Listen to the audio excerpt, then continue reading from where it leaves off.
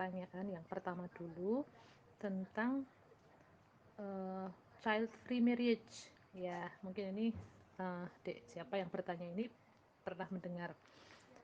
Tentu saja ini pernikahan yang dimaksudkan tanpa keturunan itu dengan kesepakatan ya antara kedua belah pihak.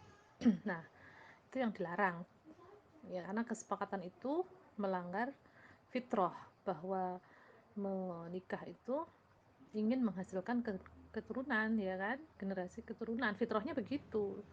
Jadi bukan hanya memuaskan kebutuhan biologi semata, ya. Hasil dari kebutuhan biologis terpenuhi, tentu saja hukum alamnya adalah punya anak dan tidak boleh di apa ya istilahnya, diaborsi gitu atau dihindari atau dengan kesepakatan yang seperti itu. Jadi tidak boleh. Tetapi kalau tidak punya anaknya itu karena memang kehendak Allah ya, dan ini banyak pernikahan yang belum punya keturunan ya, sebagaimana juga baginda Nabi Muhammad SAW menikahi Aisyah juga tidak diberi keturunan begitu. Tetapi itu bukan kehendak dari manusianya, itu adalah kehendaknya Allah Subhanahu wa taala. Sehingga yang seperti ini tentu bagian dari takdir yang harus diimani dan berikhtiar ya.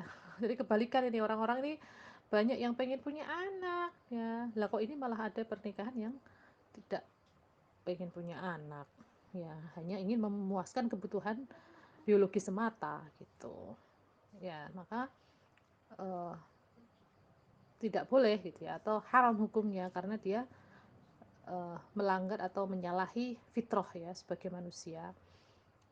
Ketika bertemu dalam sebuah ikatan pernikahan, ada perjanjian agung, maka di situ ada konsekuensi lanjutannya ya.